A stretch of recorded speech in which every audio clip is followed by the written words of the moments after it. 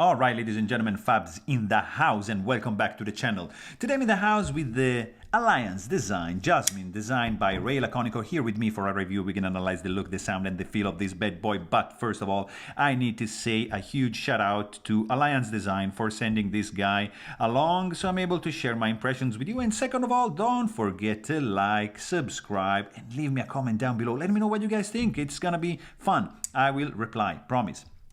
Look at this. Alliance Design is making production versions of custom knives, and in this case this is the Jasmine, which we're gonna see up against, for example, Benchmade bug out and mini bug out. So we are pretty much a little bit smaller than the bug out. Paramilitary 2 and Para 3 from Spyderco, you get to see that the Jasmine is same realm of the Para 3, of course smaller than the Paramilitary 2. And if you want to see how Chris Reeve knives Sebenzas, small and large, are comparing to the Jasmine, here you are. That's the right place you have to be. We are pretty much a little bit bigger than the small, but definitely smaller than the large. And a couple options from Holt Blade Works. You get to have a Spectre right here and a Haptic right there, and pretty much, no, just a little bit smaller than both. I want to show you just another couple of Stellar knives. One is the Stellar from Shikogorov Custom Division, and the other one is the F3NS, also Shikogorov Custom Division, to show you two big boys compared to this elegant and I would say smaller size frame lock folder in titanium from Alliance Designs. So I was saying, you know, Alliance Design is famous like to make production versions of the custom versions one, so stay tuned for the comparison between these two fellas. But here we are talking about the Alliance Designs Jasmine, designed by Ray Laconico. This is titanium frame lock made in China. The price is gonna be around $350 for this fella right over here. It's a titanium, all titanium frame lock folder, tip up carry only, pocket clip, backspacer, and scales are going to be made out of titanium. It's a nice one, guys. It's very well made. Look at the rounded corners right over here. That's pretty cool. You do not have internal skeletonization because you have like 5-6 holes actually on the show side. Nothing going on the lock side, but still you have some weight reduction for sure.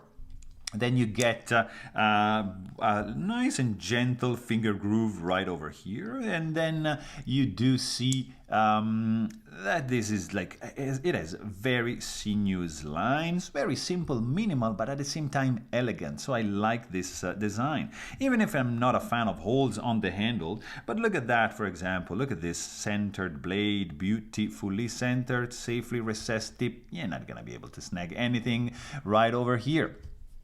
The construction is also quite simple. You get one pivot screw, 2 handle screws, and the job is done. If you want to see a disassemble video, no, I'm not gonna do that because this is not mine, so I'm not gonna mess with this. And also, guys, there's nothing to tune in this one. It's just, ooh, the action is probably the best part of this knife. But we're gonna check it in a second. Screws are protruding slightly. See, slightly domed, nothing too crazy, but still they are not completely flush as they are on the handle. Also, I'm assuming the pivot is not captive, but still the disassembly video shouldn't be an issue for anyone. Tip up carry only, 3D milled pocket clip, not reversible. It's just gonna stay on this side right over here. Nice tension. In and out is gonna be a breeze. And look at this blade. Nice belt grind lines vertically running along the primary flat bevel. And then you get no jimping going on. You do get Laconico signature on the spine, a little bit of chamfering going on right in between these two thumb studs. Look at this. And then you see this nice, it drops nicely, and then you got pretty much like 80% belly and a little bit of straight edge up to the sharpening choil. There is no billboarding on the show side and just the Alliance Designs logo on the back. Almost vertical plunge grind. This fella is 0.15 inches in thickness for the stock, and behind the edge, this little fella is going to be 0.016. So nice slicer, guys. Look at this. This is going to be slicing nice, a little bit thick, but still nice and thin behind the edge. So this is going to work. Also, you get a little bit of chamfering right over here. You kind of can use this sharpening choil as a finger choil. Don't go too forward because this thing, as you can see, is sharp up to the end. So there's a little bit of chamfering going on over here, but here, watch out. Also, nice clacky sound and tinky sound, like two calices of champagne when you... Look at that. Pretty cool. This is like a gentleman's sounding knife. I like it. Nice clack and clink and clack and clink. Really, really cool. Also, let's check the weight for this fella. It's let's see, 3.91 ounces in the pocket. For this guy, it's not too shabby. I mean, it's all right. And also, like, what is very good, and not only all right, is the ergos, because in the hand this guy feels really good. No hot spots whatsoever. I don't feel any sharp edges. Also from the clip, very well designed. The accessibility of the lock bar it's all right. You see there's like milling areas on both scales, so that's pretty good. I mean, it's not the best, but it's pretty good. I wouldn't really do like, yeah, you kind of can, but I'm missing something here. It's a tiny small for my hands, tiny knife for my hands, but I can see someone doing a reverse grip 100%.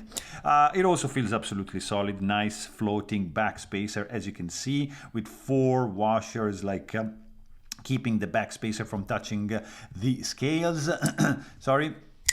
Overall, nicely balanced, fit and finish, spot on. Alliance Designs can make a knife 100% with a spot on fit and finish, with no gaps, no misalignments. Everything is pretty much where it's supposed to be, and if you shake it, there's nothing that is rattling, and there's no blade play. Super solid feel for this up and down, left and right wiggle. No, you're not gonna feel anything. No lock stick, even if there's no stainless steel lock face insert, and this guy is running on bearings, I'm assuming. Actually, I don't know. It might be on washers, guys, because I'm not gonna open this. It might be on washers, actually. I don't know. Let me know in the comments down below, because I'm not gonna open this guy. It's not mine, and I don't know. But still, yeah, I was saying the action is just like crazy. Like, look at that. This thing is firing super fast, reliably. Maybe also, yeah, look at that. Spidey flick can also be fun and fidgety for you guys. And it has a good action for sure. The detent, oof, it's very pleasant. And very nicely dialed in. There's a little bit of, you see, like also detent suction, kind of like a little magnetic effect, and yeah, I mean, overall it feels good in the hand. It has a very elegant, minimal look. I'm not a fan of holes in the handle, but still, I like the blade shape, and I like the fact that this is an accessible piece if you like Ray Laconico designs and you cannot afford a custom. So there you have it. Hope you guys enjoy this video, and thanks for watching. Stay tuned.